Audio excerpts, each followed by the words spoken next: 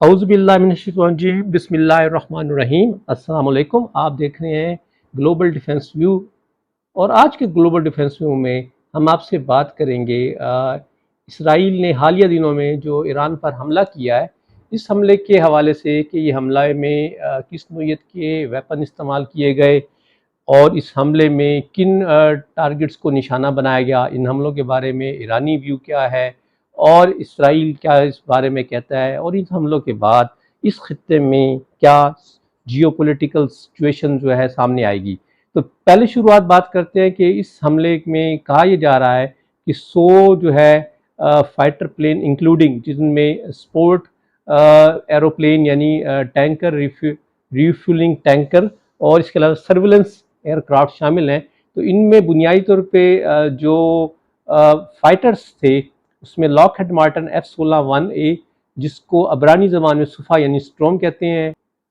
F-35-1 جس کو عدیر یعنی مائٹی کہتے ہیں، اور میک ڈونلڈ ڈگلس کا F-15-1 جس کو رام عبرانی زبان میں کہتے ہیں، تھنڈر کہتے ہیں۔ اور اس میں جو میزائل ممکنہ طور پر میزائل استعمال ہونے میں راکس ہے، جو کہ next generation extended stand off air to surface missile ہے، یہ خاص طور پہ ہائی ویلیو اسٹیشنری اور ری لوکیٹیبل ٹارگٹس کو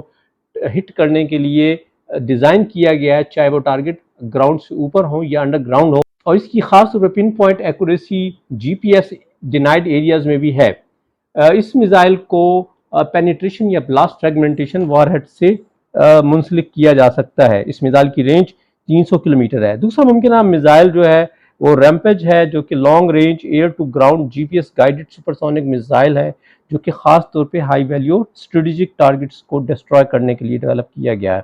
اس کی جو ڈیولپر ہے وہ اسرائیل ملٹری انڈسٹریز ہے اور اسرائیل ایروسپیس انڈسٹریز ہے، اور اس کی بھی رینج جو ہے وہ 150 سے 250 کلومیٹر کے درمیان میں ہے۔ تو اب ہم اس کو ایک السٹریشن کی مدد سے اس سارے عمل کو دیکھتے ہیں کہ یہ عمل کس طرح سے ہوا۔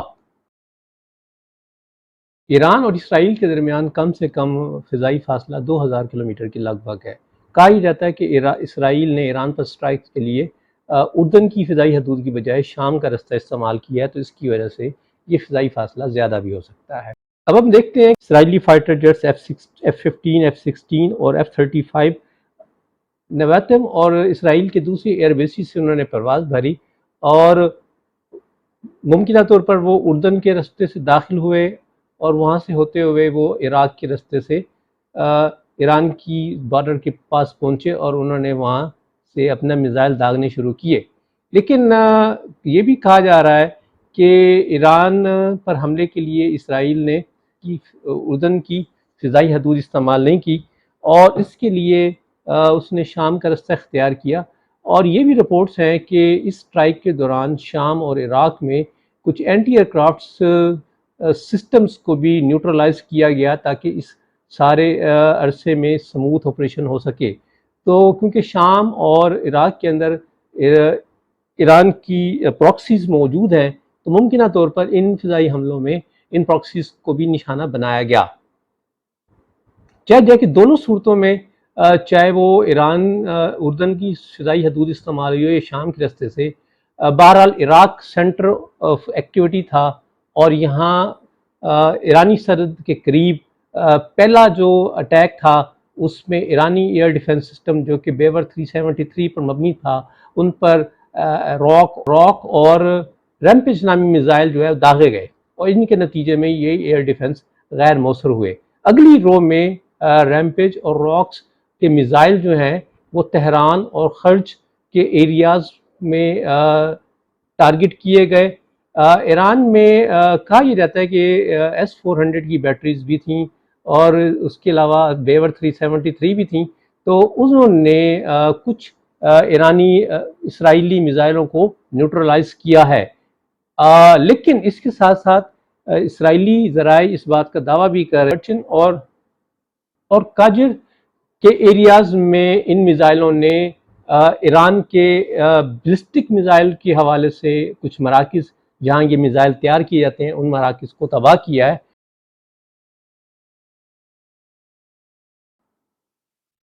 اب جب کہ یہ سٹرائکس ہو گئیں، بظاہر ایران تو یہ دعویٰ تو کر رہا ہے کہ وہ اسٹرائک بیک کرے گا، بلکہ ایرانی صدر نے حالیہ دنوں میں بیان دیا کہ ایران اب اپنی سوچ سمجھ اور اپنی چوائس کے مطابق اس کو رسپونڈ کرے گا۔ علی خامنہئی جو کہ ایران کے سپریم لیڈر ہیں، انہوں نے ایک بڑی معنی خیز بات کی ہے۔ انہوں نے کہا ہے کہ نہ ان حملوں کو ہے نہ بڑھا چڑھا کر بیان کیا جائے، اور نہ ہی اس کو دبا کر بیان کیا جائے جیسا کہ میڈیا میں ذکر ہے۔ یعنی وہ اس بات کی ایڈمیشن کر رہے ہیں کہ ایران کو اس میں لاس ہوا ہے، اور انہوں نے اس امر کا اظہار بھی کیا کہ یہ ایرانی لیڈرز کے اوپر ہے کہ اب وہ ایرانی عوام کی طاقت اور عزم کا اظہار جو ہے وہ اسے کیسے پہنچاتے ہیں اور اپنے ملک کے عظیم تر مفاد کو کیسے پریزرو رکھتے ہیں۔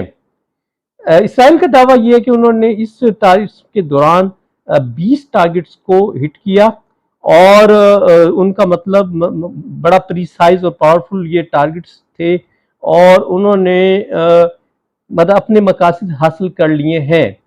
اب واقعی نظر میں اگر ہم یہ دیکھیں تو ایران نے 180 جو دوسری سٹرائک کی وہ 180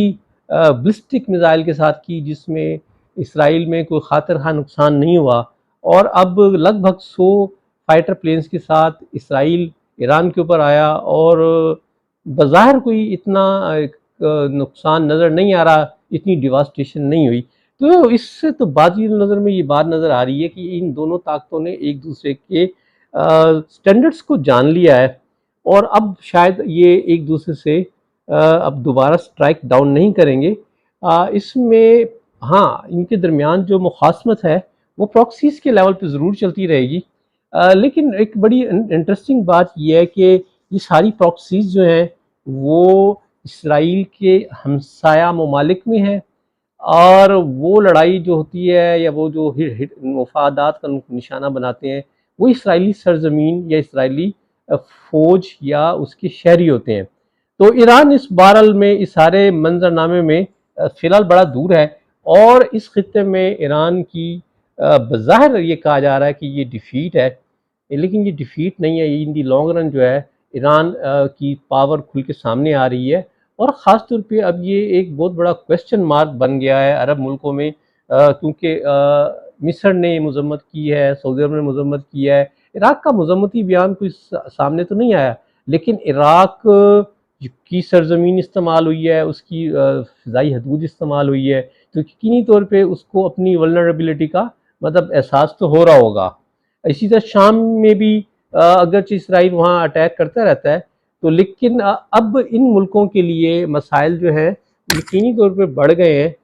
اس ایران بہرحال اپنی اسٹریٹجک ویلیو کی طرف جا رہا ہے، اور اب حالیہ دنوں میں ایک خبر یہ بھی ہے کہ ایران نے رشیا کے ساتھ اس بات کا معاہدہ کر لیا ہے کہ SU-30 اور SU-34 وہ اپنی لوکل اسمبلی لائن بنانا چاہتا ہے، یعنی ایران کی ایئر فورس ایک ڈیفیشنسی تھی، اس ڈیفیشنسی کو آنے والے سالوں میں بھی وہ پورا کرنے جا رہا ہے۔ تو اس خطے میں بہرحال یہ ایک ٹٹ فار ٹیٹ تھا، اور یہ بظاہر